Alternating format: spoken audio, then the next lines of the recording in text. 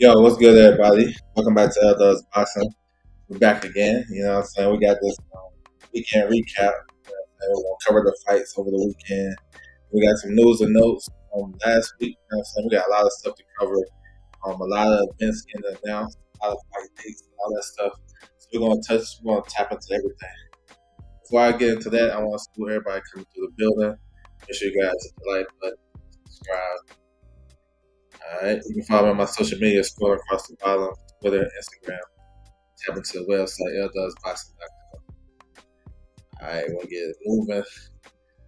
So we had this WBC Grand Prix. So this one it spanned over 4 days, four different weight classes, a lot of fights, a lot of young guys. Just watching it, I actually like it because I love just to watch boxing. You know what I'm saying? And there's a lot of fighters getting the opportunity. So it was dope. You know what I'm saying? The featherweight division probably was my favorite, maybe. We seen the heavyweights today. A lot of young guys though, so they're gonna continue this. Um, they're gonna do this during a tournament, so they're gonna do it like in a couple of months. Then they got like a finale at the end of the year. I'm not mad at what they're trying to do. WBC implemented their rules. What they got? They got open scoring after every 2 rounds. There's no draws in this contest of this tournament. You know, they got that 30-second bell. I ain't really too fond of that, but it is what it is. I like it though. It gives these young guys opportunities to have some exposure on a big platform. So that's what it is. A lot of good stuff. Friday, so we had Kovalev. Kovalev had his farewell fight against Arthur Mann. He was in control of the whole fight. He dropped him early in the fight with a jab. We know Kovalev always had a strong, heavy left jab. You know what I'm saying? He hurt my man throughout the duration of the fight with that jab. He dropped him a couple of times and he stopped him in the seventh round. Um, so Kovalev going out as going out with a win. You know what I'm saying? He had a good career, light heavyweight. He was the man for a couple of years doing this thing. So we'll see. When guys have performances like this and boxers, it's hard for boxers to stay away from the game. Especially, he can be a possible opponent for Jake Paul because he's definitely past it. I ain't saying he's no world beater at cruiserweight. He's past it, but for him to go out with a win, that's a good thing. But then again, that can entice him to stay. So we'll see. But it was not a bad fight though. You know what I'm saying? Because Arthur Man tried, but he was just out. You know what I'm saying? He was his out man. You know what I'm saying? Pun intended. So yeah, Kovalev rides off in the sunset for now. We're gonna see. Yo, this kid right here, Bakari Samaki, real good fighter. This is 154 pounds, so he faced Rourke Knapp from South Africa. He stopped him in the eighth round with a nice ass body shot. If you seen Samaki, man, he looked like he's somebody. Like he got he's tall, rangy, athletic, fights out of France. He's the WBC silver champion at 154. Yeah, he's good. They talking about him facing Andres Kakarakis, who won the overtime tournament. He beat Brandon Adams, and he's also going to fight May the 9th. They talking about that fight, so we're gonna see. But yeah, I like Samaki though. He's good in the deep 154 division. He can be an opponent for one of these bigger names. You know what I'm saying? But he's definitely climbing up the ranks in WBC. That's what it is. We had Box Lab. This was on the Zone Friday night. Had a couple of notable names on here to touch on. Kevin Brown versus Suri. That was a good fight. You know what I'm saying? Those guys, they was trying. They was doing their thing. It was back and forth, pretty competitive. You know what I'm saying? I thought Brown would start to use this experience. I know he don't have as many fights as Suri has, but his amateur experience, and then he dropped him. I think it was a seventh round, and he dropped him twice in the seventh, and that was basically the deciding factor for me. But Suri, he was he's that guy that always he can't control his emotions type shit. He's not as disciplined. He got disqualified against Schofield, and then he had other fights where he was dirty. But he didn't start getting dirty until after he got dropped. because he was trying to survive. You know what I'm saying? But they made it all 10 rounds, and Kevin Brown gets the victory. So he moves on, fights at 140. I mean, he in position to get a big fight. He's ranked. He's ranked in the WBA at 140. So we'll see. Henry Cedeno, he had to stop his victory over Umara. I like Cedeno, Dominican fighter, up and coming. He won a regional title too. Lionel Pero, not the best performance by him. He got the victory, but not the best performance. He's number 4 in the WBA at heavyweight. Um, Laura Hovanesian, he stopped the one Callaway. Those are big dudes. It was almost combined weight 800 pounds up in that bitch. But Hovanesian has the better skills. He landed a nice combination while Callaway was lingering along the ropes. So he stopped him in the 5th. That was a good win. I like Hovanesian. He's a big guy, 6'7", 290. He let his hands go. You know what I'm saying? You like to see that with the big guys. So that's what it is. Good card. If you guys missed it, you can go back and watch it on the zone. Mariah Cripps. So she got an important victory on Friday, her hometown. She beat Danielle Bennett. So Cripps is like top 5 and 2 sanctioned bodies at 122. So she should be in position to get a world title sometime down the line. I know we got a big 3-belt unification coming up in July with Ellie Scotney versus Mercado. So maybe she can get in position to fight one of those ladies after the fight. But I like Mariah Cripps. She's good. She got a good following in her hometown, Niagara Falls. So, yes, sir. Good win by her. Saturday. So this is the matchroom card right here. Headlined by Dalton Smith and Matthew Germain. Let me see. Vizzioli. I like him. He got to stop his victory over Kane Baker, who is normally real strong and tough. Kelly versus Jarku. So Jarku came in on late notice. My man pulled out. So Jarku came in. This is a real good fight, competitive, down to the wire. It probably could have went either way or a draw, but Kevin Jarku got the nod. He won a split decision. It was a split a majority. It was real close though. So that's what's up though. Ismail Davis pulled out. So maybe Ismail Davis, they can run Ismail Davis versus Kevin Njaku next. That'd be good.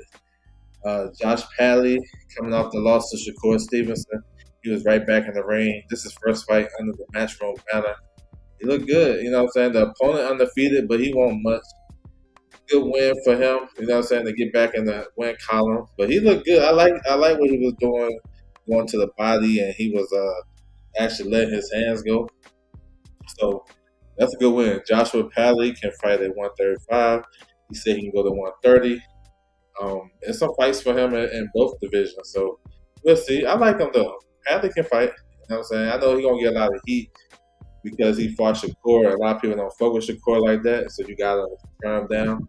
But Pally is a solid fighter. I'm not sure if he's world level, but domestic, European, shit like that, he can make for some good fights. And speaking of good fights, maybe Josh Warrington, who had a comeback victory over Khan, beat him pretty clear. He was just too aggressive and strong for this guy. Maybe they can do Josh Pally versus Josh Warrington. You know what I'm saying? At 130. That would be probably a good fight. But Josh Warrington, I thought he was going to retire after his last fight. But obviously, he coming back for, I guess he got a big fight ahead. It was talking about him and Michael Conlan at 130, which it won't be too bad. Both guys are big names over there. But yeah, even Josh Pally, something like that. So we'll see. Main event. This was all Dalton Smith. I mean, a much bigger, stronger guy in his prime. He's a good-looking young fighter. I mean, he did basically everything well. He dropped Jermaine 3 times to a wide, unanimous decision victory. I mean, he wasn't even close to losing this fight. Dalton Smith put on a great performance. Now, would you like to see him stop this guy? Yeah. But Jermaine got over, 30-some fights. He's been around for a while. And this guy normally comes forward and trying to fight you. But he was on the back foot. He was moving a lot. And he was surviving. So I would give the benefit of the doubt to the guy. They got a lot of experience and know how to survive. But Smith got power. both hands. He dropped him with a left hook. He was hurting him with a jab. So Smith is in a great position. He is the WBC mandatory for Alberto Playo. And we heard the news overnight about Playo making a defense against Batiste. We want to talk about that later. So Dalton Smith is in a good position. I think he should get another fight in because he's going to get the winner of that fight. He can get another fight in, maybe the back end of the summer, maybe July, maybe August. You know what I'm saying? Stay active. That would be his third fight because he fought January, then April 19th. He had one more. Unless, I mean, I can see him just waiting. I can see that too. But I love guys to stay active. You don't gotta fight nobody crazy. Fight the level of opponents you've been fighting. I think Dalton Smith is ready. I think he can do some things at the world level in that 140. He's one of the better fighters. I think he's a top 10 guy at 140 right now. So that's a good victory, a good performance by him. He looks strong. Each in the building. What's good with you, bro? Salute. Yes, sir. Moving on. A couple of small shows. So we had a heavyweight fight last night in Illinois. So Dante Pettigrew, he had a crazy knockout victory over Richard Lartey, overhand right, and went home. Pettigrew is like top 15 in the WBA, and he ain't really beat a lot of top opponents. So I wonder what that ranking going to take him. But yeah, that was a crazy knockout. You know what I'm saying? So if you guys missed it, it's all over social media. It was on boxing, BXNGTV.com, but the clip is all over social media if you missed it. There's another one. This was a small show in Southern California. It's supposed to have been headlined by Michael Hunter versus Chris Lovejoy. That fight was off because King kind of got in the middle of that.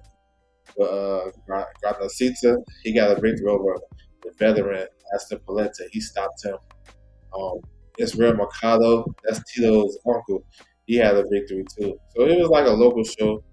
It was on the WBC.com website. So, pretty solid. Here's another one, 360 Promotions. So we had the main event was Ahmadiev versus Espadis. So that was a good fight. That shit was a draw. Real good fight, competitive.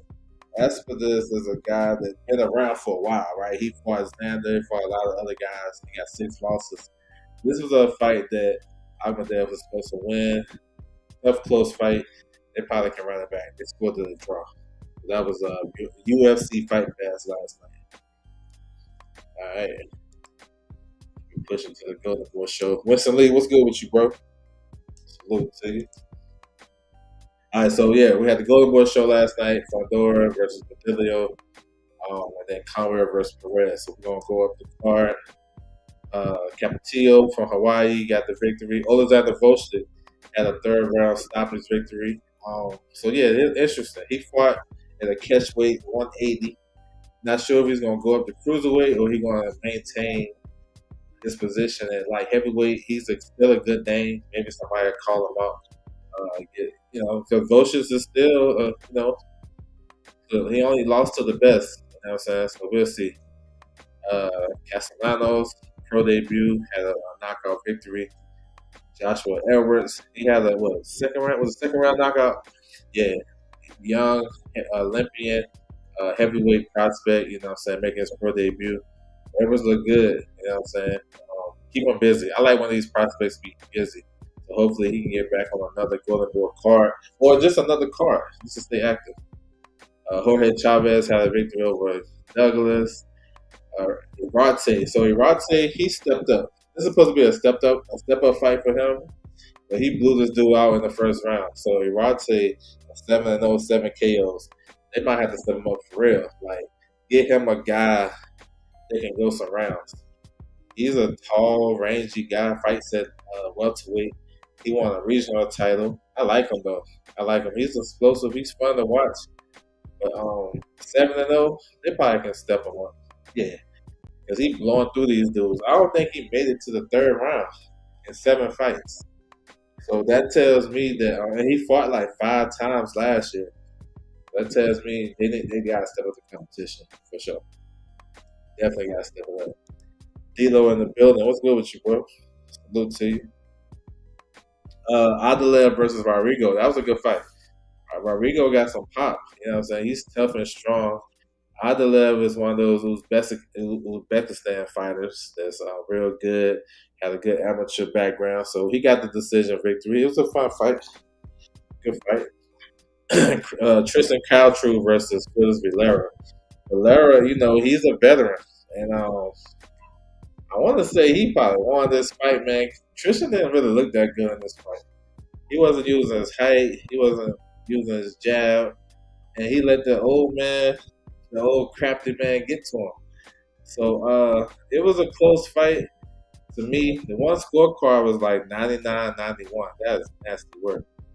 But they gave it to Cal Crew. But I thought Valera won that fight, to be honest. Jab Queen Boxing, what's good? Salute to you. Appreciate you coming through. Anthony in the building, what's good with you, bro? Yeah, I like him. He's nice. He's nice. For sure. The upset of the night. Maybe so far, maybe the upset of the year. It depends. A lot of people, it depends where you stand on this, but Charles Conwell, he fought Jorge Perez, Garcia, excuse me, Jorge Perez. So coming to this fight, I knew what this fight was about because it was for world title rankings. Conwell is he was number two in the WBO, and Perez number 4. So it was one of those fights where you can get him the winner get closer to a world title. A lot of people they were sleeping on Perez coming to this fight. They said it was a showcase. They said Conwell should run through this guy. I know Perez is tough. I know he was going to come to fight. I was expecting Conwell to win, but I knew this is a tough fight. I mean, to me, he kind of just beat Conwell to the plate. Like he was running numbers on him. He'll run numbers before Conwell get inside, and then when he get outside, Conwell was smothering himself. And it was like that was the trend. And I was kind of disappointed because Conwell didn't make no adjustments like that. He was trying to fight from the outside, and then the guy was doing well. And then on the inside, Garcia was getting off and he was moving. I just felt like he just outworked Conwell slightly and did the better work for the duration of the fight. And he got the nod. I was actually surprised he got the nod in a sense because that's a Golden Boy fighter and all that shit. But when I look at it again, yeah, you know what I'm saying? Because Conwell, you really can't do nothing with him. He's not a big star. He's not marketable like that. Hardcore fans like him because like his style and shit like that. But he really don't sell himself. We don't really see him in these streets. So it's kind of a hard sell for an African American fighter fighting on the Golden Boy platform, basically Hispanic platform. We know what that is, right? So they really didn't have enough for him anyway. So I don't know, because a lot of these guys would have got that scorecard that Calcrew got. Calcrew got a 99-91 card, and I thought he lost. You know what I'm saying? At least a draw type shit. But I have to give props to Perez though, because just because people, we like Conwell and he can fight and all this and that, Perez was in the ring with him, and he was doing his thing. He was taking those big shots. He was coming back with his. He was investing in the body. You know what I'm saying? When Conwell was falling in and smothering himself, Perez was working. He outworked him, and he got that last round too. The fight was close. I like the scorecards because it was 115, 113 both ways, and that scorecard broke the draw. But yeah, bro. It's an upset though because a lot of people was focused on Conwell and it was putting him in fights with, what I'm saying, with Virgil Ortiz and all that shit. But this is why you gotta fight the fights, bro. Lucas Perez though, good victory. I was there last night. That was a good card. Yes, sir. How was the venue? Surprise Conwell lost. Yeah. You like that, bro? Okay, that's what's up, bro. Hopefully they do more events down there. Hopefully they do more events. So Gabby Fundora versus Padillo. I mean, this is one sided. I mean, Gabby is going to be hard to beat if she keeping her range and shooting straight left hands down the pipe like she's doing. And she just beat up on Padillo. Nothing she can do. She 5'2", 5'3". She couldn't get in the inside.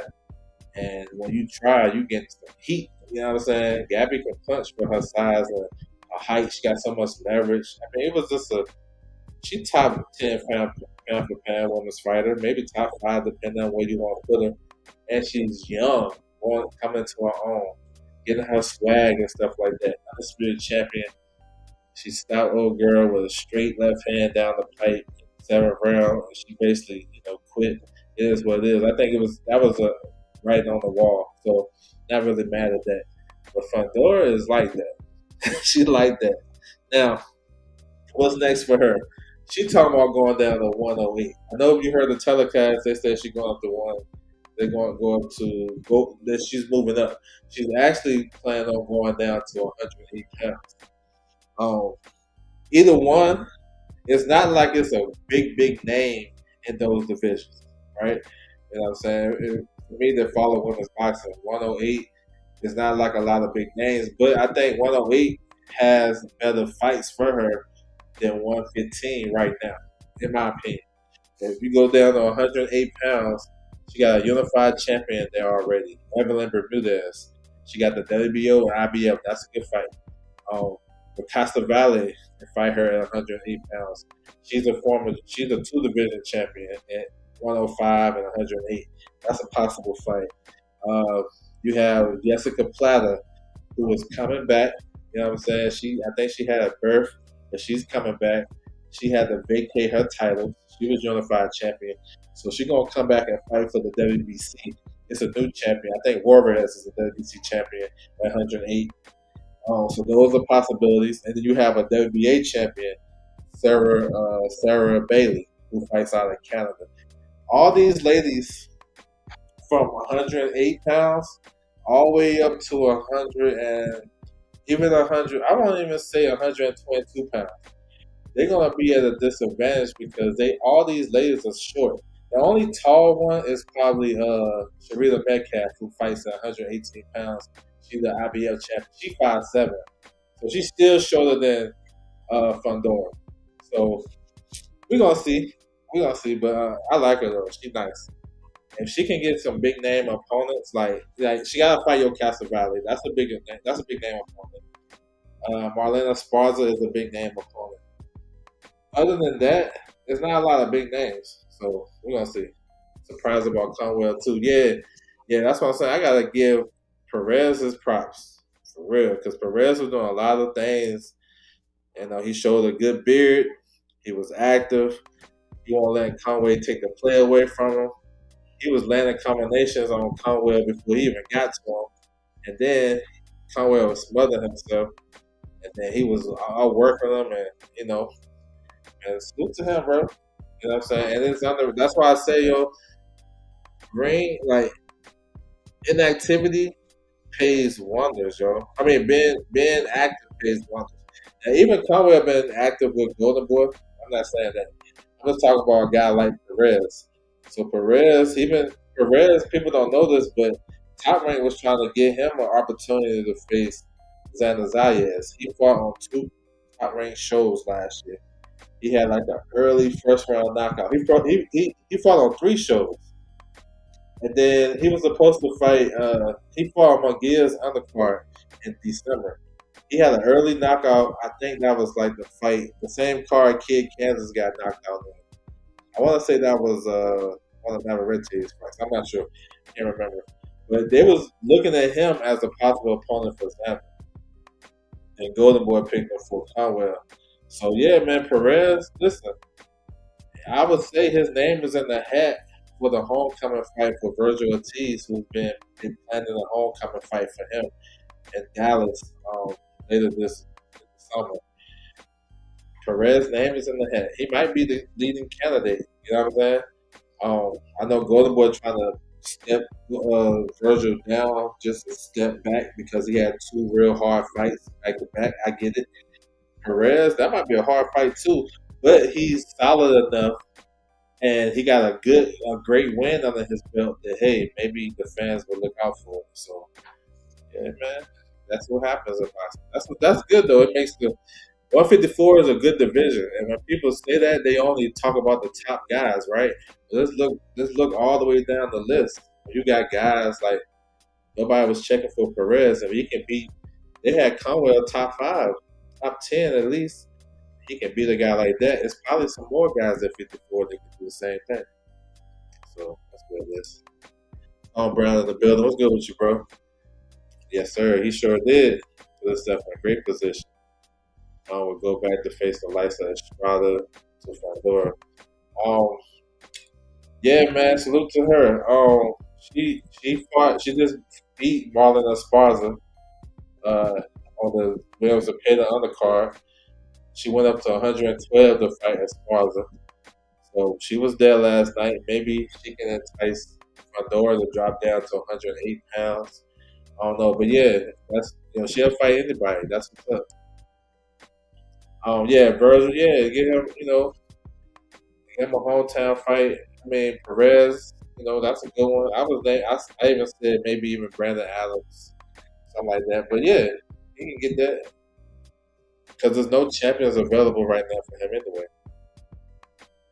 I don't think this will happen, but I want to see Dawson Smith stay active versus Adam Azam. Yeah, that would be great, man. You know, that's a boxing fan type of fight. Um, Adam Azam is rated in the WBC, so it would make sense. But with Ben Shalom willing to do that, I don't know. That would be great, though. I think he'll do well in the UK. All right, so here's the last card. So we just saw this right here. Ben Whitaker versus Liam Cameron, the rematch. Here's the undercard right here. Like all the A side won. Tyler Danny got a victory coming off the loss to Pablo Shiraz. Frazier Clark, he needed this. This is like the biggest victory of his career coming off that. That was a scary knockout loss he had against Fabio Wardley in the rematch. So he got a first round stoppage. I know my man protested the stoppage, but I think Clark was going to stop that. Cutler versus Egginton. Good fight. Egginton pulled it out. This fight was stopped in the 8th round because Egginton had a cut into a headbutt. But he was ahead on the scorecard, so he got the nod. Salute to him. He beat Cutler, took his regional title. This at 154. You know what I'm saying? So like I said, I know we only focus on the top names, but that division is so deep. It's a lot of guys that can win fights. You know what I'm saying? And Cutler was the favorite. Main event. So Whitaker got his payback, got his lick back coming off the first fight where a lot of people thought, including myself, I thought he, found a way out. You know what I'm saying? Went over the top rope, the Royal Rumble shit, and he came up hurt. So they ran it back. There was a lot of slander in the media about this fight. And Whitaker went in there and did the business, did his thing. Stopped Buddy in 2 rounds. He landed a big right hand that hurt him. And he had him along the ropes. He was 10 off on him. I thought it was a solid stoppage and shit like that. It wasn't no 10 8, it wasn't no standard 8 count out like that. So the fighter got to protect himself. Either take a knee and get counted, or you know what I'm saying, you gonna get a stoppage. Y'all know UK stoppages, they crazy. The UK stoppages will get you every time. You gotta defend yourself, but that's what's up though for Ben Whitaker. He needed that because his shit took a hit, just like how Boot shit took a hit. You know what I'm saying, with the shit with Virgil and shit. PR wise, took a hit. Whitaker took a hit. It looked like he got out that fight, so he redeemed himself. I like that shit. So we'll see. Light heavyweight, man. We'll see who they can put him in with. He won a regional IBF title. Um, we'll see. I would say, let's see. Maybe like if Lyndon Arthur can win against Anthony Yarde, I would like that fight for Ben Whitaker. You know what I'm saying? But we'll see. So that's what it is. Good stuff, man. I like that though. He got some redemption. That's what's up. Since Perez already ranked him, I think he was number 4. Um, he faced Fandora next, and Xander Zayas pulled out. I mean, that's a possibility. I would say. I mean, I guess that's a possibility. But if Xander Zayas pulled out, PBC has enough guys at 154 where they can make the Fandora fight. Have him fight somebody else. Like Jamel Charlo, coming back. You know what I'm saying? You got Tim Zoo. What's my man's name? Oh, you got Keith Thurman is a possibility. You got Jesus Ramos. So I don't think that would be if San Antonio put out. GBC got enough fighters to put somebody else in that place. In my opinion. I knew Whitaker was going to win. Yeah, that was a good performance. He needed that. Um, get that bouncer told me everything. Yeah, that was it was set up for that. You know what I'm saying? You don't come off a loss like Frederick Clark has to put him in with nobody that's crazy good. Oh, okay, domestic route. Okay, that's what's up. British title. Okay, British Commonwealth, European. Go that route. Get some more experience. I ain't mad at that. Your dad, it was good with you, bro. Salute. Yeah, Lennon Arthur is good too. Yeah. So yeah, man. I like that though. He came back from adversity and he got the victory. So good to him. All right, so we get started with some news and notes, man. We got a new signing. Actually, we got a new signing. This kid right here, heavyweight Leo Attain. He just signed with Matchroom. So I seen Eddie making a big deal about him, man. That's good. Signing these young guys, heavyweight. Look like he about 6'6". Let's see. You know what I'm saying? Keep him active. He can get about 4 fights this year. Have him in you can. That's what's up though. Another good signing by Matchroom. So that's what's up. Leo Attain. So salute to him. I said join the pro ranks. Yo, that's good too. I know a lot of J has the rematch with what's the name? TKP. That rematch they just had, that fight they just had, they supposed to they reordered that fight. So yeah, so in the meantime, maybe he can get somebody else just to stay on pace. But yeah, those good fights for him. The winner of that TKB, yeah. All right, so the IBF they just ordered this fight right here. You know what I'm saying? You got Araneta. He's a Philippine fighter, so he fought for the world title before against Nasinga. Came up short. He's a good fighter. He's gonna fight the Thai fighter Stem Street. Those guys got ordered to fight for the vacant IBF title. Yabuki, he vacated the title at 108 pounds to keep his IBF title at 112 to pursue big fights. You know what I'm saying? So this title is vacant. Those guys on the hook for this. Negotiation period has started. May the 8th is the deadline. So you should hear some news. And then that's good though. They get right to it. When a guy vacate, one of the next two guys to fight for it. So that's always good. So we'll see. Um, the IBF also ordered this one. This is goody right here. I was waiting for this one. You have so they don't normally do this, so but this is great. And I always believe that if you have multiple champions in a division, those are the mandatories. Title holders are the mandatories to each other. So you got Savannah Marshall, she's the IBF champion, super middleweight, and against Shadeja Green, who was the WBO champion at 168. So this is unification. It makes sense. The IBF ordered this fight. That's dope. I love that shit because that's when we're gonna really get the true best fight, the best type shit. Because you can go down the sanctioned bodies rankings of this fight, somebody we never heard of, and call it a day. So these ladies are in negotiations. May the 2nd is the deadline. Now this makes sense to be on the Katie Amanda undercard, MVP type shit. We're gonna see. That's why they negotiate because it's not a done deal because we know Savannah Marshall really ain't trying to fight in the United States because her coach, Peter Fury, you know what I'm saying? He can't come over here. So she'll have to get a new coach and she been actually thriving under his, since she been with him. So she need him to fight, for a fight like this against Shadeja Green. And we haven't seen Savannah Marshall in the ring in a long time. She's been out the ring for what, almost 2 years? I don't know. She's been out the ring for a while. She's been doing MMA and shit. But this is a good fight though. This is a good fight. Two heavy hitters, two of the biggest punchers in women's boxing, two big, strong girls. You know what I'm saying? So yeah, they got to get this past the line and put that on that Amanda Serrano K Taylor card. Man, Savannah gotta get a new trainer, bro. Let's get a new trainer and come on over here and make a big event. This be a big fight too. But we'll have to see. Now, Savannah is not with boxing anymore. So I'm not sure who is promoting on her behalf. I'm not sure. Maybe Hennessy is. I'm not sure. So maybe she still is. That's why I say it's a possibility that Shadeja may have to go over there, possibly. If she go through with the fight. But it makes sense to put it on that July 11th card. That what makes the most sense to me. We're gonna see. Yeah, yeah, Shadeja out for sure, yo. That's gonna be a good ass fight too. So hopefully, like I said, negotiations work out.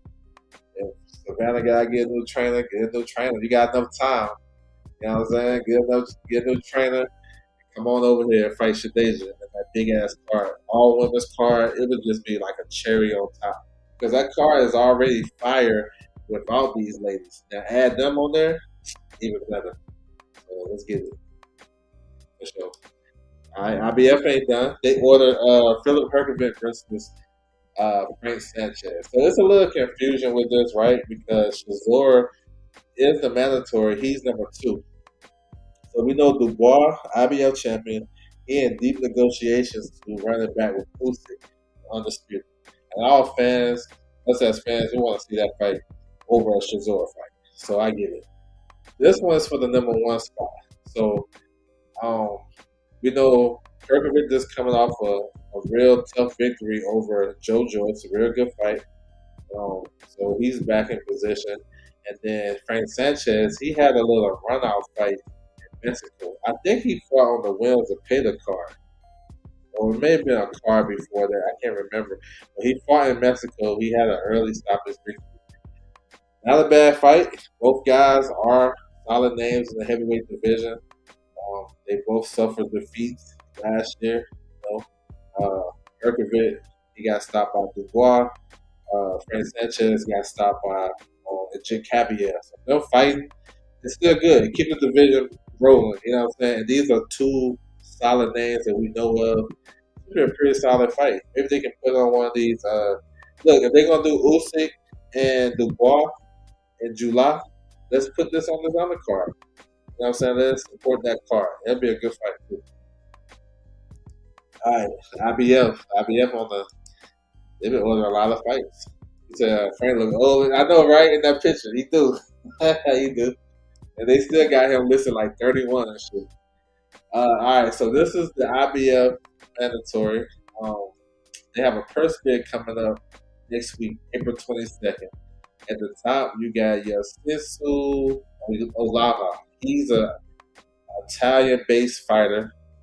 He has the same promoter as William Skull, and he fights out of Germany. So he's number two in the IBF. They ordered him to face Ammo from Houston, right? We know Ammo. So this is a great fight for Ammo.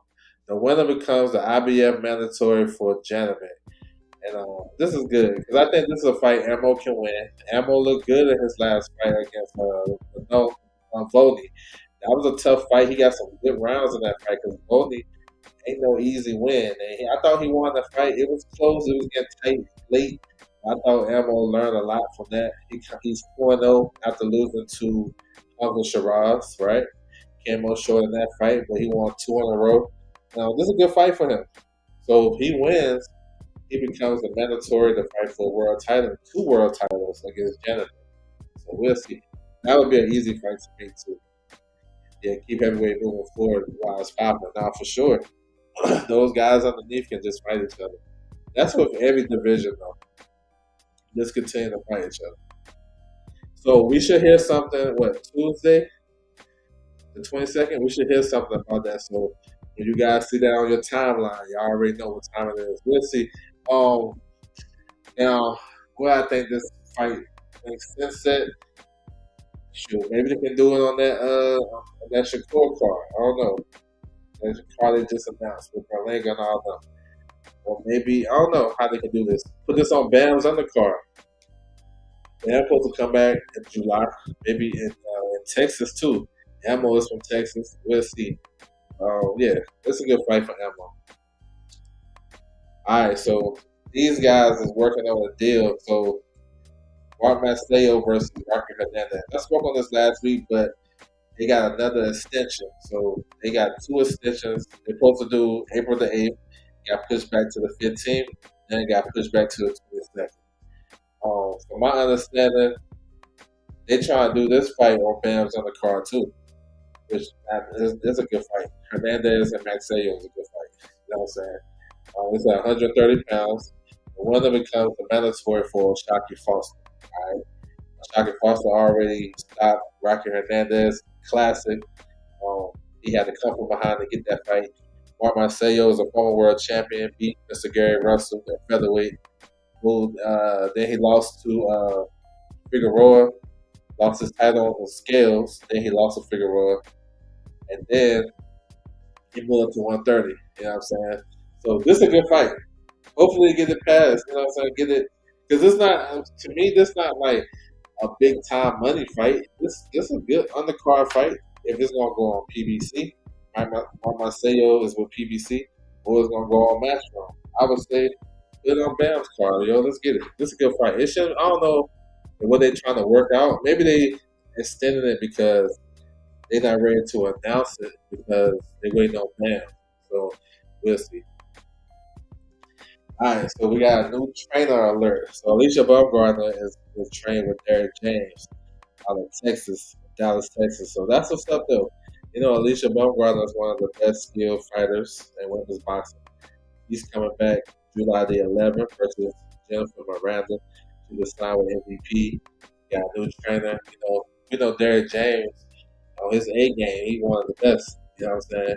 So that's good. Good link. I think Derek James, he's like a no nonsense type of guy to me. I ain't like how he looked with Ryan Garcia, but they look different now though. So that's what's up. But I think this is a good move. Yes, sir. It's a good move. So yeah, looking forward to see that card. Like I said, that Amanda Katie card, that shit's already fire. So yeah, that's what's up.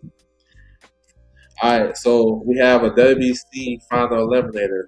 It's going to happen May the 10th. ESPN just picked this up. ESPN Plus picked up this fight. You have Suleiman Sissoko versus Igis Kavalaskas. This fight was postponed. It's supposed to happen in December. Sissoko hurt his hand, so then they had to reschedule for May 10th. So that's what's up. Good fight. One of them becomes a mandatory for Mario Barrios. We don't know what's going on with him right now, but we're gonna see. So he about to get a mandatory May 10th. On that undercard, you got Nico Ali Wash. So this is part of the reason why ESPN picked it up because Nico is gonna be on the undercard. So that's what it is. All right, and then also on this card, you have Kevin Sajo versus Ahmed. So Kevin Sajo, it's kind of disappointing because Kevin Sajo was in negotiations for the IBF final eliminator to face Iglesias. Obviously, he pulled out of that shit. So we're going to hear something about Iglesias and Billy coming up this week. The Sajo is on this card, so yeah, it is what it is. All right, so this kid right here, he just signed with Ray Magazine, and he's an ambassador. So Ryoto Tsunami, he's gonna fight on that big card, May the 2nd. Ryan Garcia, Rolly Romero, Devin Haney, Jose Ramirez, Teofimo Lopez, Juan Barbosa. This kid will be on the card. So they're gonna feature him on that. I think it's gonna be like on the prelims or something. I don't know what they're doing. They announced a lot of fights for that card so far. This is like the only other fight that they announced. So we'll see. May 2nd, Times Square. I'm looking forward to this. I want to see how the setup is gonna look. You know what I'm saying? Should be dope. All right, so the Rain magazine been signing guys for 2 ambassador deals. 4 guys, young guys too, the sport of boxing, young in their careers. So you got Keyshawn Davis signed an ambassador deal with Rain magazine. You got Judah Mason, you got Shoot Shoot Carrington, and you got Daniel Perro. He's the younger brother of Lanier. So yeah, that's good though. You know what I'm saying? This, as from my understanding, it's just like a sponsorship type of thing. They're not the promoters of these fighters. They kind of like just backing them. So I guess this is a great thing because when it's time to make big fights, I guess these guys can throw in some bread to get those fights that they need.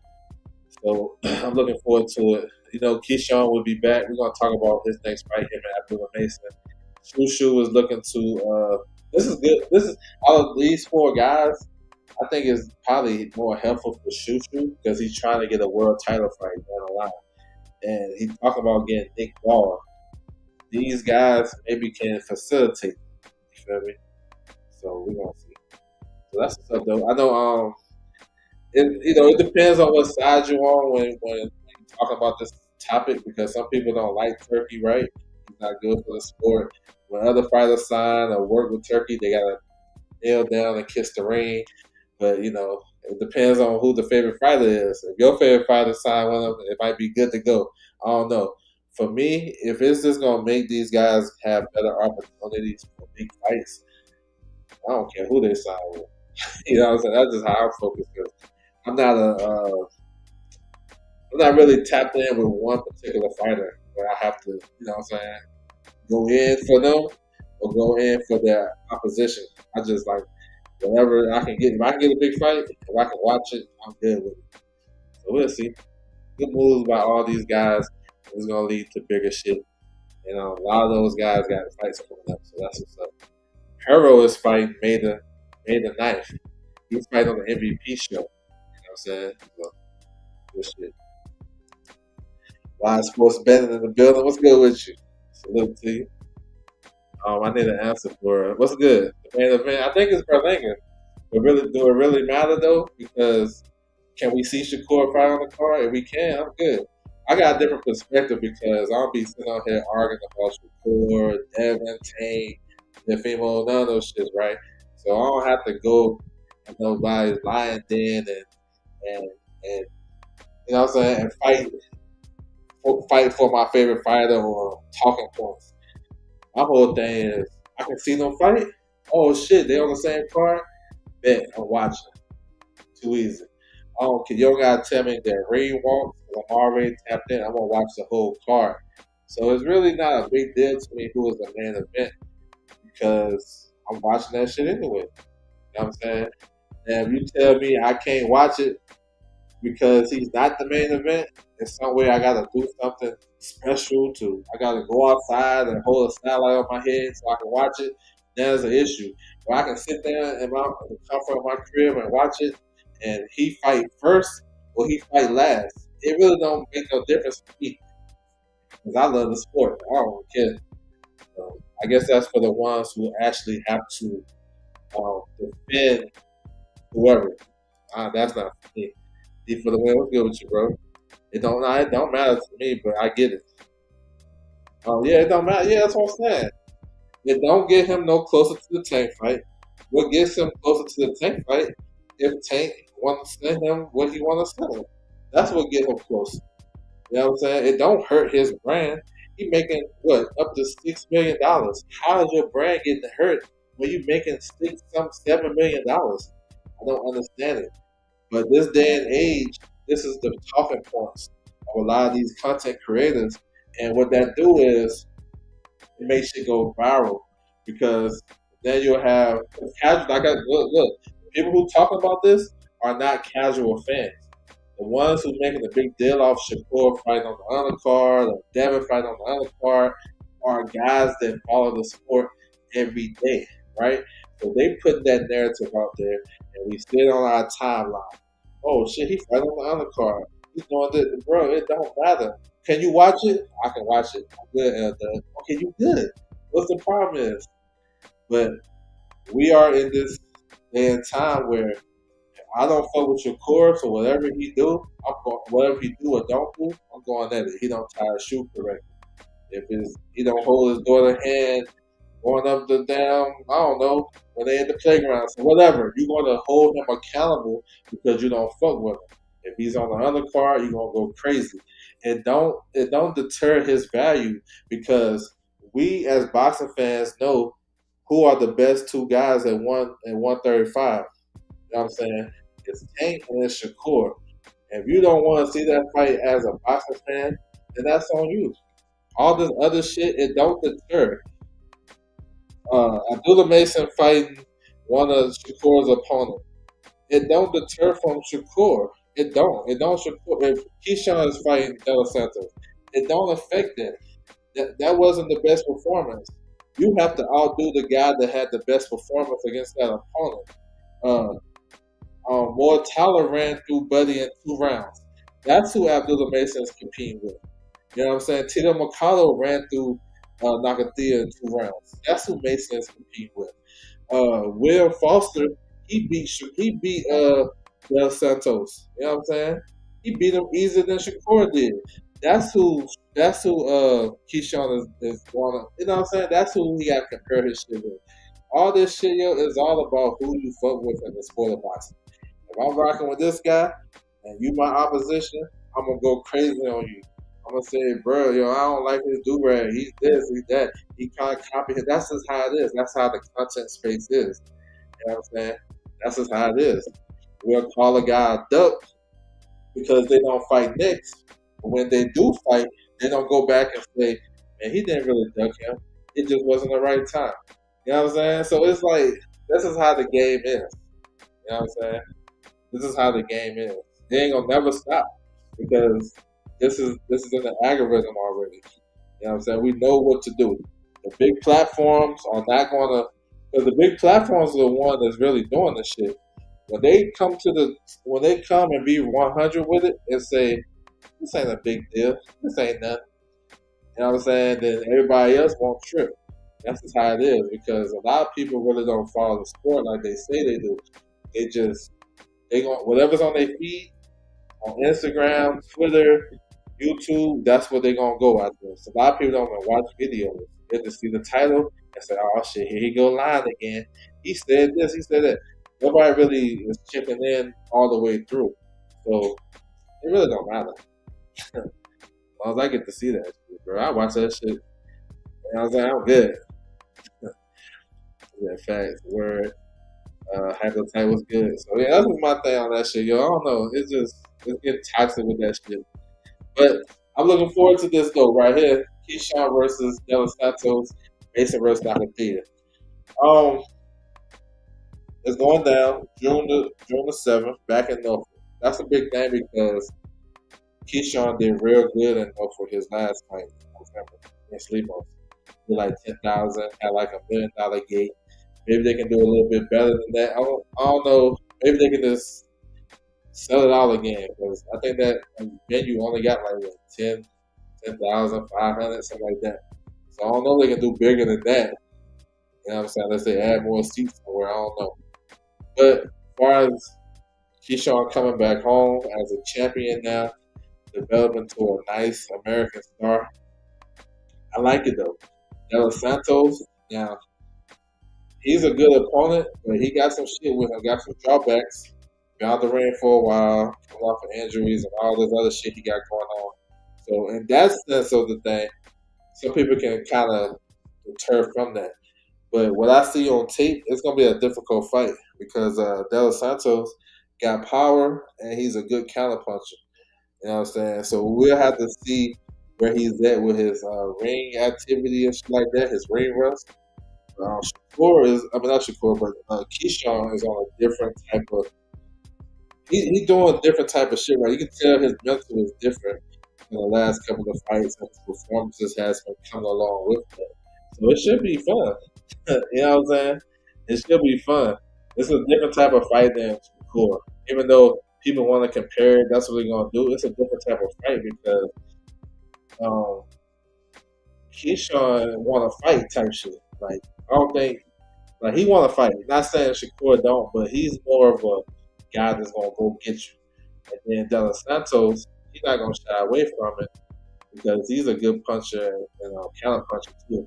It should be spicy. You know what I'm saying? It's gonna be in VA for the homecoming fight, and De Los Santos going to the Lions then. Salute to him. Mason versus Nagathia. So this wasn't the first choice for Mason. I know they was trying to get the Floyd Schofield fight, but it didn't happen. Nakathia been around for a while. Fought a lot of solid guys. Shakur, Mortala, Tito Makalo, to name a few. So Mason is on the rise. Number 4 in the WBC, got other world rankings. He's gonna be there before you know it. It's another name that we know that he's gonna beat. You know what I'm saying? So that's just what it is. They're trying to build him up so they can have a homecoming fight and eventually get Mason a world title fight. We're gonna see. But yeah, it's gonna be good. It's gonna be good because you have a lot of good young talent, good young fighters on the card as well. Troy Osley is back. He's from VA. He's on the card. Tiger Johnson, who's looked real good, probably his best performance in his last fight. He moved up to welterweight. He looked good in his last fight. So yeah, salute to him. Hopefully they can move Tiger up some more. They can move him up. You know what I'm saying? Get him a world ranking, get him a solid fighter. And you got Kelvin and Keon on the card, BB3. And Kelvin is fighting a 10 round. So I heard some guys been turning them down too. So we're gonna see who they can get him. Keon nice. So good card, man. Good card for the 757. Another hometown fight for Keyshawn bringing the title back. I think it's gonna be crazy. They were doing their thing up in there in November. It was going crazy up in November. He's out the video on that. They'll talk about shit. Yeah, you know what I'm saying? Because some of that shit be weird to me. Man, great fight for Keyshawn. That's what I'm saying. Um, a jab queen boxing. Appreciate the super chat. As fans, I think it's natural to draw comparison popular fighters when they have yeah, no, for sure it is. It's like that is natural and that happens all the time and we ain't gonna be able to stop it. But I heard shit like this is going to destroy Shakura's stock. This is going to destroy his brand. It's not. It happens all the time. It's been happening for years. We're gonna compare it. It's fine, but to say if Keyshawn Davis stopped Della Santos in 2 rounds, that don't hurt what Shakur did. You know what I'm saying? It don't say well Shakur is he's not the star, he's not this or his stock going down. That's the point I'm talking about. Because we're gonna compare regardless. That's just how we do. If we look at the resume, we look at box rate, we see where they fought, and we go look at the tape and we see how he did against that one. So that's never gonna stop.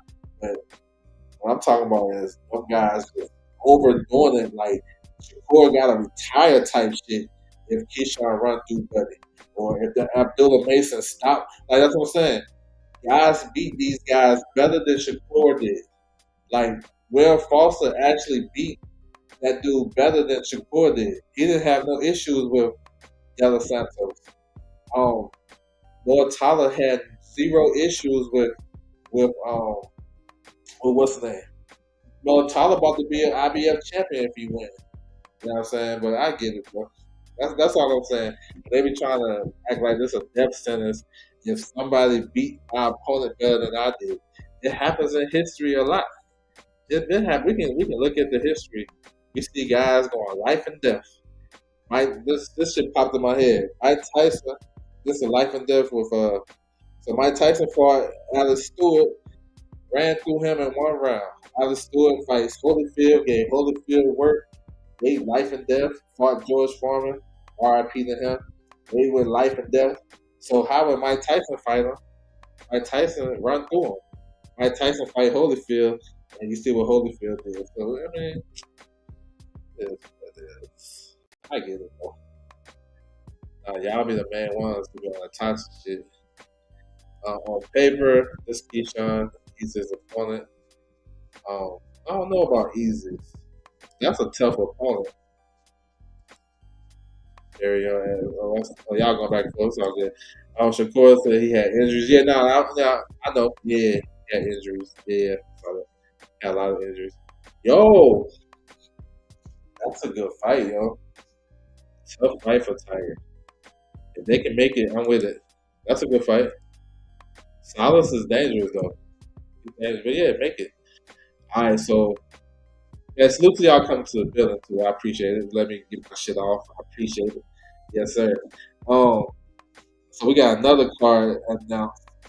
We got Nakatani and Nishida. This is a unification. WBC IBF at 118 pounds.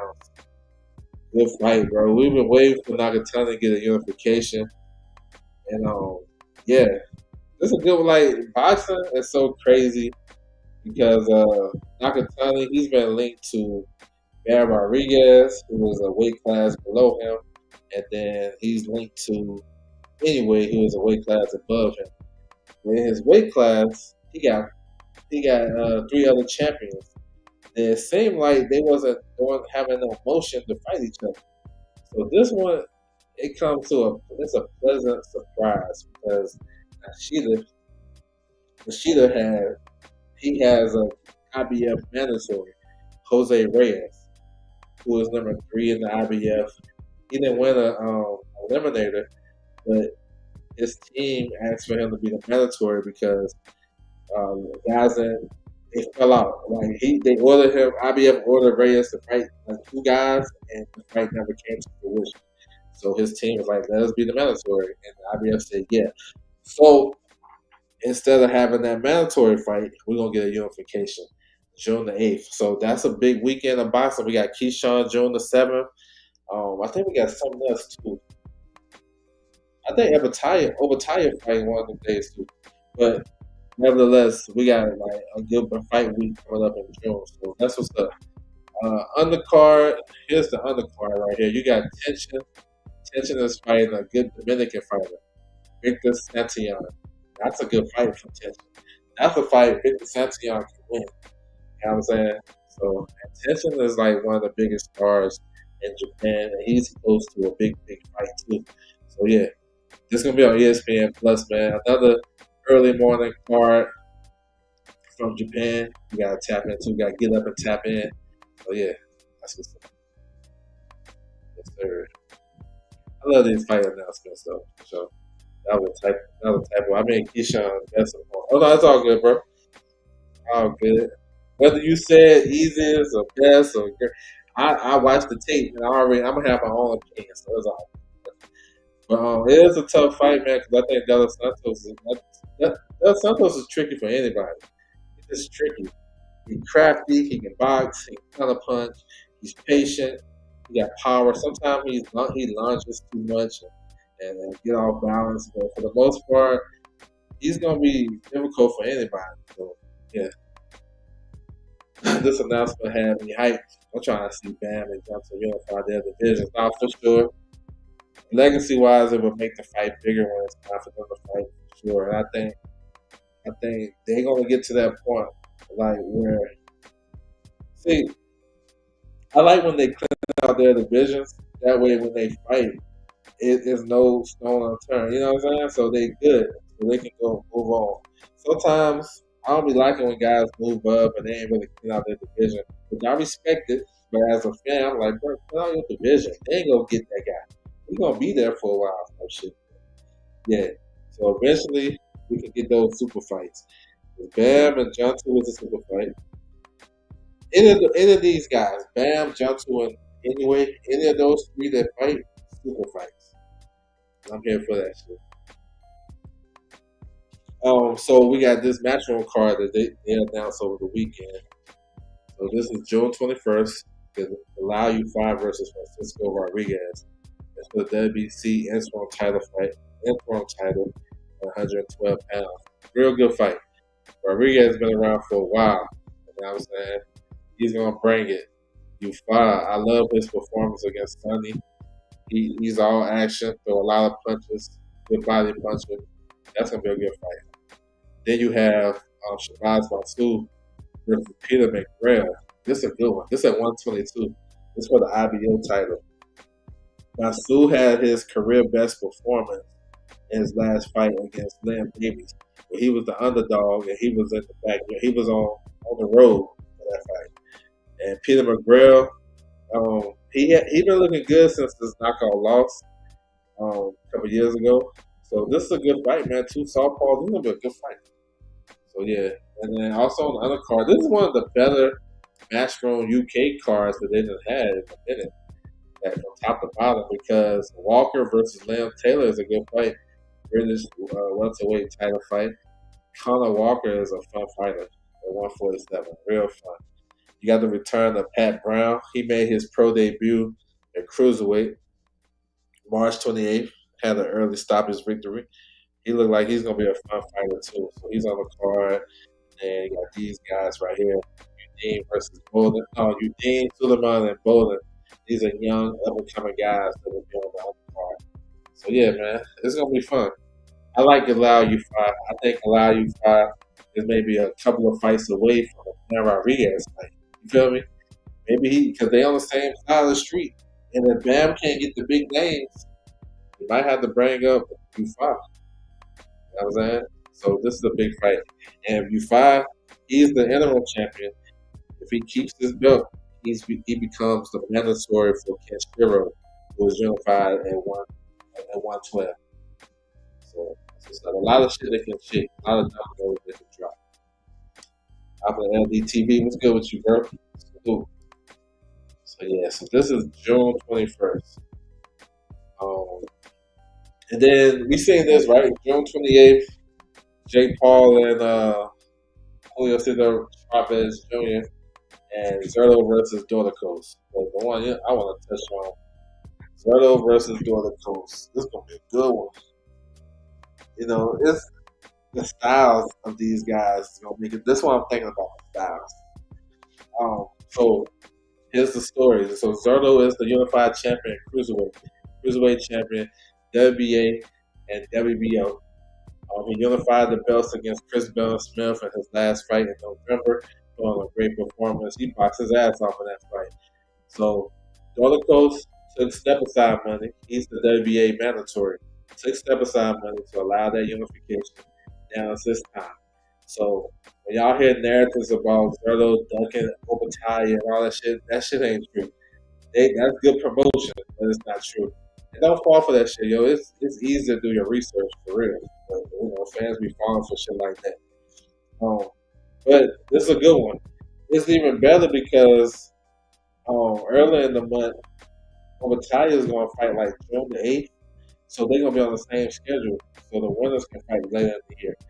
But as far as the style, it's going to be fun because Zerto can sit with you and fight. He like to be aggressive, but now since he moved up in weight, he's more so of a boxer now. Real like a slick boxer, counter punching, what I'm saying, pot shot, all types of shit. He get busy. And Dorticos, Dorticos, it's gonna be a 1-2, 1-2 all night, 1-2. He's strong, got a good right hand. Been champion before. Been inactive though. He older, but if he get his rhythm and he can knock that off and all that shit, he's a experienced fighter with power. You can't underestimate these guys. So this is probably the biggest puncher Zerto will have faced at cruiserweight, which makes it interesting. So they're gonna be on a big platform on the Jake Paul card. So this is a good fight though. You know what I'm saying? I think it's gonna be good. It's a hell of a defense for Zerto. And really, if you look at Zerto's resume, it might be his best win, his best name on his resume as far as wins. Maybe Arthur Abraham. Zerto don't really have a deep resume, like in names wise. I mean, maybe his top 3 victories is Jesse Hart, Chris Bell Smith, and Arthur Abraham. Maybe CBS, I guess. So this will just add to his shit right here. Good fight though. I'm looking forward to it because I definitely want to see what's going to happen next with Zerto against Obatalia. That's the fight I want. That's one of the best fights that happened in boxing. Yeah, that Walker fight is good. Yeah, I'm looking forward to this, man. Should be fun, for sure. Yes, sir. All right, last one. So this one came out last night. Last night, wee hours, right? Right after the Golden Boy card. So they're gonna do this card July the 12th. They said New York. They didn't say a venue, but they said New York. I guess they're gonna do something like they're doing at the Times Square. or maybe some type of, I don't know what they're gonna do with it in New York. But I love this card though, bro. This is crazy. So this is July 12th, Rain Magazine. Edgar Berlanga versus Hunter Shiraz. Shiraz is moving up to 168 pounds, coming off a disputed draw against Carlos Adama. Everybody thought he lost that fight, but he got the benefit of the doubt. He's Turkey's boy, like Turkey rock with him. He's the ambassador. So if people really want to know the real reason why he's headlining in the main event against Berlanga, because Turkey fought with him. That's his guy. Turkey, the only time Turkey went to the corner mid fight to tell the dude you losing, it was with Hunter Shiraz. He did it with nobody else. That's his guy. But nevertheless, this fight is interesting because Berlanga, um, he been at 68 for a minute, so he's welcoming Shiraz there. Shiraz is a taller fighter. He's 6'3". Look like he's been struggling to make 60 for a while.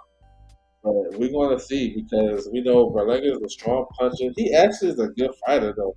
You know what I'm saying? If you look past all the talk and all the other shit, antics and all the other shit, Berlanga can fight. Now, he gave a good effort. Well, it really wasn't a good effort against Canelo.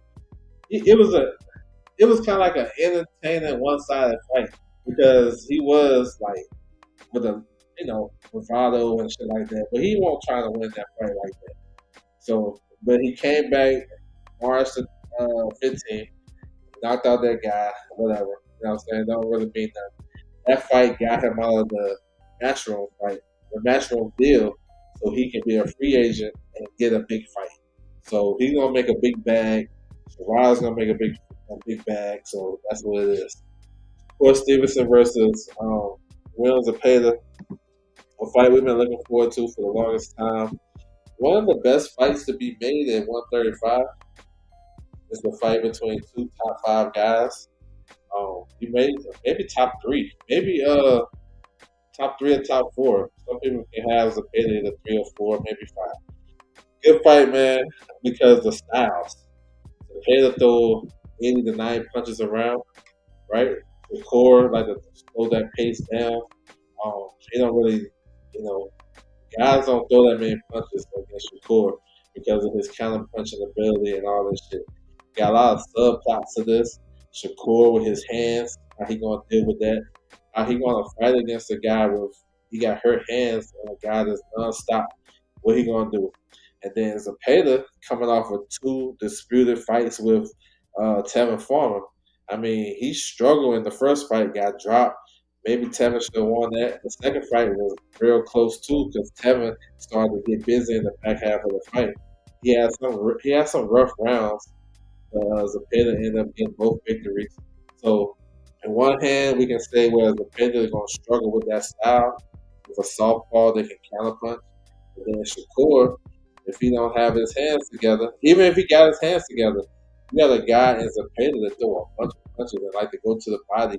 We never seen Shakur get physical. People get physical with Shakur. We're gonna see. You know what I'm saying? And then Shakur saying he's the best. He's gonna have to put on a great performance. And this is what fans want to see. This is what everybody wants to see, right? So let's get it. That's gonna be good. One that kind of came out the blue, Alberto Playo versus Gabriel Matisse. Good fight though. Good style matchup because same thing. Matisse, he throws a bunch of punches. Come to you, you know what I'm saying? He can get hit a lot and all this shit. But if he gets you to slow down and fight with him, it's gonna be dangerous because he's really gonna be nonstop. He builds up over time.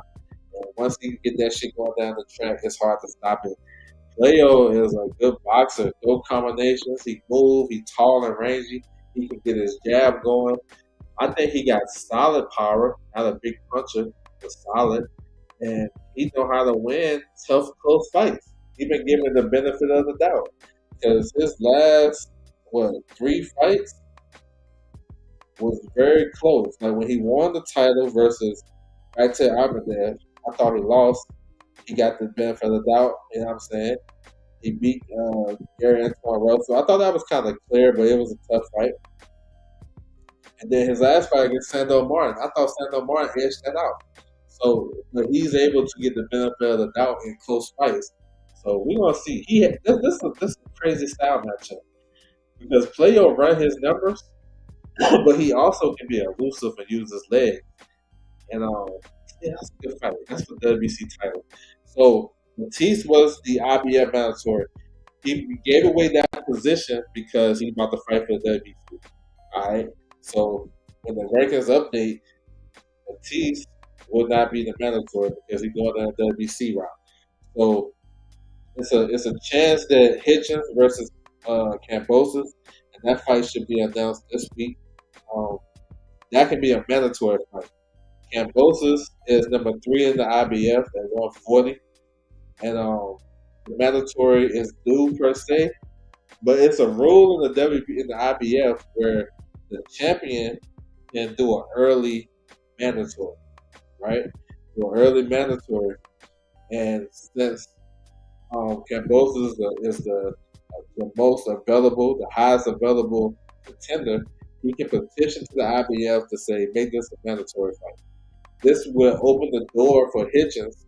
He'll be free of a mandatory, one, and two, he can go into unifications. You know what I'm saying? Teofimo Lopez, whoever else, right? So that'd be a good move. This is something that I'm thinking of. Not sure they're gonna do it because I'll be on some other shit. When I see stuff like that, I think, girl, make this be the mandatory so you can go into bigger fights. You know what I'm saying? So we'll see. And then this light heavyweight fight, this gonna be crazy too. I'm gonna get to the comments as well. But this light heavyweight fight, it's gonna be fun. It's a great card.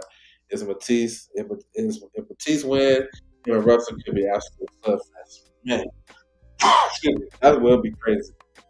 That would be crazy. Shiraz going to beat the Brave South Berlinga. Let's go. He got a new trainer. He's going to go with Andy Lee. So you might be right. Yeah, you might be right. We're going to see. We see how Ben Whitaker looked with Andy Lee. Hey, he looked real good. He's sharp. Word, this card hard now for sure. It is. It's fire, bro. Like that's why I can't even. I don't care where these guys are placed at. I'm watching that shit, bro. I would have one of the fights and then you go like, what's the difference though? But I mean, I don't understand what's the difference though. Teach, what's the difference? You know what I'm saying? But most people will watch because words better. I don't understand the difference. Come with another exposed hype job, Jesus Ramos. There you go again. Yeah. I don't know if he was like a hype job because he really wasn't like people won't hyping him up like that. You know, so only hardcore fans talk about him. Virgil Jason Ramos would have been it would have been still good fights. You can say that now, hindsight 2020. But before the fight, I didn't see you in here talking about how good Perez was. So, you know what I'm saying? It goes with territory. But yeah, that's what's up. He can come back. He's young enough. I can't wait to see Morrell back. Yeah, Morrell. So Morrell got a good fight. This Kiatov guy, Ivan Kiev. He was a Olympic bronze medalist. He lost to Ben Whitaker to go to the finals, right? So Ben Whitaker lost in the gold medal game. In the gold medal finals, he became silver medalist. This guy right there, he's Russian, based out of Australia, but he fights in Canada. Kiev, his manager is George Kambosos' daddy, Jim Kambosos. So that's why he get an opportunity. He just fought on Kambosos' undercard in March. He's a strong, aggressive fighter. They kind of tailor made for David Morrell.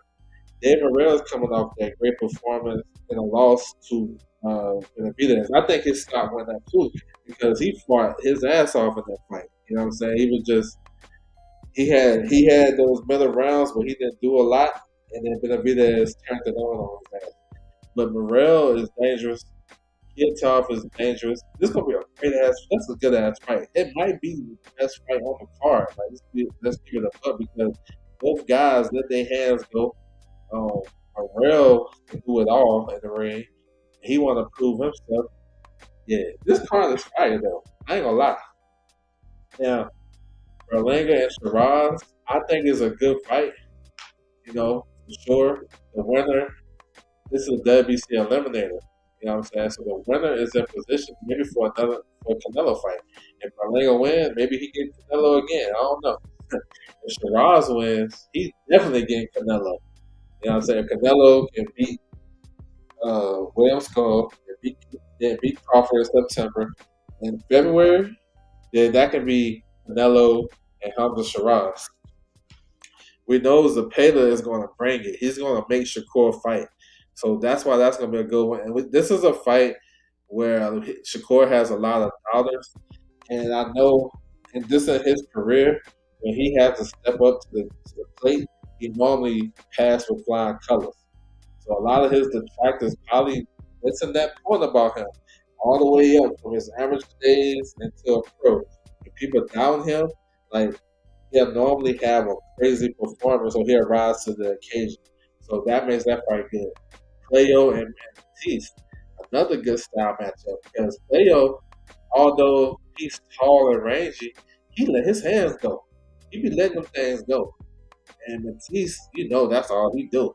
Come forward, get hit 3, 4 times, and then start digging to the body and throwing hooks and all types of shit. And so overall, this card is just these 4 fights. Fire. It's fire. You know what I'm saying? You'll be hard pressed for anybody else to say anything different unless it just got some type of secret agenda. Because this shit is crazy. Um, can't wait to see Morel. Surprise. This is the main event. I mean, I don't think it really matters. As long as you can watch it, it should be good. Even though he didn't win, he gained a fan in me. He a dog for real. No, for sure. Like, that's how you want to go out because fans will remember and recognize that shit. Because I think Morel is number 4 in the lightweight division, light heavyweight division. I think it's Bivol. I think it's Benavidez, Beterbiev, and then Morel. You know what I'm saying? You can flip flop those. You can flip flop 2 and 3. So I like Morel. I think he beats everybody up under him. To be honest, I think he's gonna win this fight too. And for Mike in the building, what's good with you, bro? So 100. So yeah, man, this gonna be dope. I'm looking forward to this. Yes, sir. So that's what I got. That's all my topics right here. But I know next week there's a couple of things to look out for. Um, so we should get the announcement for Hitchens versus Camposis. All right. So from my understanding and what I'm hearing, we should get Pacheco versus Macombi on that card. Andy Cruz versus a Japanese fighter in the IBF eliminator. That's what I'm hearing. We'll see what they do on that. So yeah, they're doing that in New York. I don't know what venue yet. They're gonna announce it this week, so we're gonna see what's up with that. We also have a couple of purse bids that supposed to come down the pipe. Um, like I mentioned, Ammo, he has a purse bid coming up. So we should be hearing some more stuff, man, more announcement, more stuff. I like boxing been crazy so far. There fights every week. Next weekend, it's not gonna be so crazy, right? It's not gonna be like big time names and stuff. But we still got boxing. We're gonna cover that on Tuesday, our pregame show. So make sure you guys, if you got time, tap in with that. But starting in May, May gonna be crazy. That first weekend of May is gonna be crazy. So we got a lot of stuff to look forward to. A lot of fights coming down the pipe. We should have the new WBO rankings going to drop this week. We're going to cover that. We're going to do a live on that. So yeah, it's gonna be crazy. I hope everybody got hyped about this card they got announced. That Shakur, Berlanga, Morel card, all that shit. That's gonna be crazy. So salute to everybody though, for real. I appreciate you guys coming through for sure. I know y'all can find me at Twitter, Instagram. You can tap into my website too, ldusboxing.com. We're about to update that schedule. Mr. Friend, we're good with you, bro. What's good? Salute. He said, you heard what Keyshawn said, asked about Mark Tyler. He said he doesn't want to fight for that belt. Now, I ain't hear that. I ain't hear that. I know his next couple of fights after De Los Santos, I know Moratala is in those plans,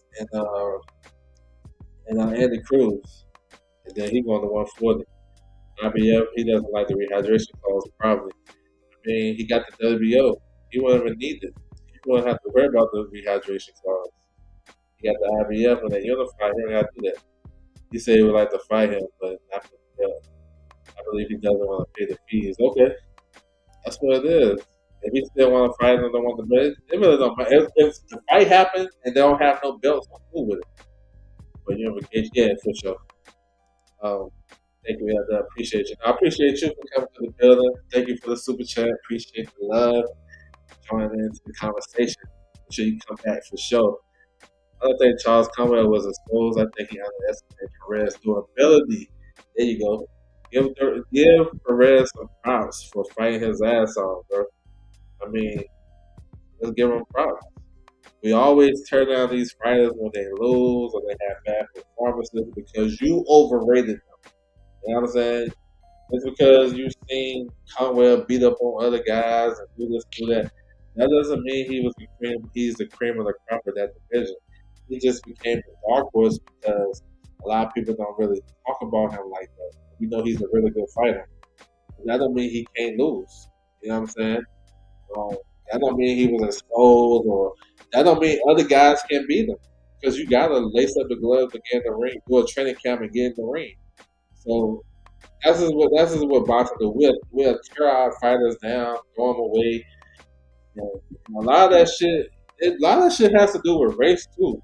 Because if this guy's calling out, like for example, dude came in here talking about Virgil and Jesus Ramos, but he ain't coming here talking about he ain't coming here talking about Sergey Boguchuk or Artem Gonzalez. You know what I'm saying?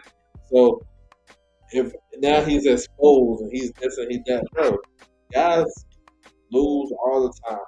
He came up short. He gotta get his shit back together and come back better. That is what it is. You know. Hopefully Perez can get a big fight. Hopefully Perez can get shoot. He should be able to get Virgil Ortiz for a homecoming fight. But we turn these fighters down too much, and they come back, and now we want to give them praise. You know what I'm saying? We should learn from our mistakes. Look, they killed Stephen Fulton. Took a chance and went over there to Japan. Got beat up on. He lost. But what he did after that? You know, when he came back after Castro, he got dropped by Castro. We was like, Figueroa about to run through Fulton. And what he do to him? Now he trying to go to 130, and he has a chance to beat Shaggy Foster. So you gotta start writing these guys off after one loss and after a bad performance. If it don't live up to your expectation, because a lot of the times you don't do your research on the opponent. These opponents be coming. Any man got a chance. You give a man 8 weeks training camp when he thinking about fighting and punching on you and beating up on you and taking food off your table. You can't underestimate that guy, whether you fight or not. Just to know that part of the game, you can't underestimate. But, you know, so that's what it is. Resilience. That's what Conrad didn't see coming. That guy, because he was taking a lot of shit, a lot of stuff that it looked like he was going to break down too in that fight. He looked like he was breaking down, but then he didn't. We said 150. That's what I'm saying, bro. I said that shit earlier. I'm not surprised that these guys lose. You know what I'm saying? Or lose or whatever. You know what I'm saying? Like, I'm not surprised. I think Charles was shafted by politics because Oscar don't want him to fight first. Yeah, I mean, you can say that, but then again, you got to look on the other side too. And I know for a fact Charles Conwell turned down a lot of fights, bro. A lot of big fights. He turned down Janabay fight to fight at 160. Now, maybe I can give him. Maybe I can say, you know what? I understand. He ain't ready to go to 160 yet. He can make 54. I got you. He turned down Sebastian Fundora coming off the Mendoza knockout loss. You know what I'm saying? He turned that down. So he was number one in the WBC, right? Fundora lost. Fundora had a contract to fight for the interim title in his next fight, a rematch clause. Mendoza pulled out the rematch clause to go fight Tim Tszyu, right? Remember this shit, right? So they went through the next guy in line. It was Conwell. Conwell turned it down. Then they brought in the next guy, Bogachuck, number 2, right? Keith Thurman fell out. Domino effect happened. Fedor moves up to main event. He beat Tim Tszyu, right? And now he's unified champion. Conwell turned that down. Conwell also turned down Jesus Ramos, title eliminator. It supposed to have been on the. They were trying to make it for the Benavidez and Morrell undercard. So I get it. You know what I'm saying? Politics can play a part of this, but also turning down fights. I know he had some manager. He had a manager issue. He got out of that. He cleared from that. Signed with Golden Boy, and he signed with Golden Boy, who don't have a track record of building black fighters like that. Give it a book. Lamont Roach was with Golden Boy his whole career. He didn't blow up until he fight Tank. So I'm just saying, a lot of that shit can be self-imposed because maybe just lack of knowledge of just the business, and because this boxing business will chew you up and spit you out. It's nasty work. Bogachev scored 2 knockdowns versus Virgil, and still lost by majority decision. Yeah, I was actually surprised that they didn't give Conwell the fight at first, and then I started to think about it. Maybe they didn't. Maybe they knew what it was. They said Charles was exposed, but said Dawson Smith was gaining experience. They cut out the ring. Yo, that's a good point. Yeah, I thought he looked strong and solid, and I like his power in that fight. But he won't cut the ring off against that. He wasn't stop that guy because every time he touched him, Matthew was out. He was gone. So yeah, not with you. That's how it is. They pick and choose. They build a pretty fluid pretty well. And most of this was his father. Um, well, before we didn't really hear much when he was fighting regularly and been active on Golden Boy. You didn't really hear much from his father. You hear much from you start hearing about him when it's talking about the bigger name. But yeah, um, Golden Boy, I don't know. They okay, but they more so of a Latino promotion. Which there's nothing wrong with it. You know what I'm saying? Like Kenny Sims. What they gonna do for Kenny Sims? Yeah, he's number 2. Yeah, he's number 2. I don't know what they're gonna do with it, but he's number 2. They pick and choose though. Yeah, that's how they are. Right? It's all good though. Yeah, man. Salute to everybody coming through, man. I appreciate the time, though. Make sure you guys tap into the website. I'm about to drop the new the schedule for this week. I love Oscar as a promoter. Yeah, he can do more. That's what's up. I like the better as a fighter though. Oscar and Eddie are the only personality. No, for real. No, for real. I like what they do. You know what I'm saying? As far as interviews and all that shit. It's cool. It's cool. Keep it going. Unfortunately, Oscar's not that good for black man. That's true. He's not. Okay. Yeah, man. Hopefully you guys have a good day, man. I'm out, yo. Salute to everybody.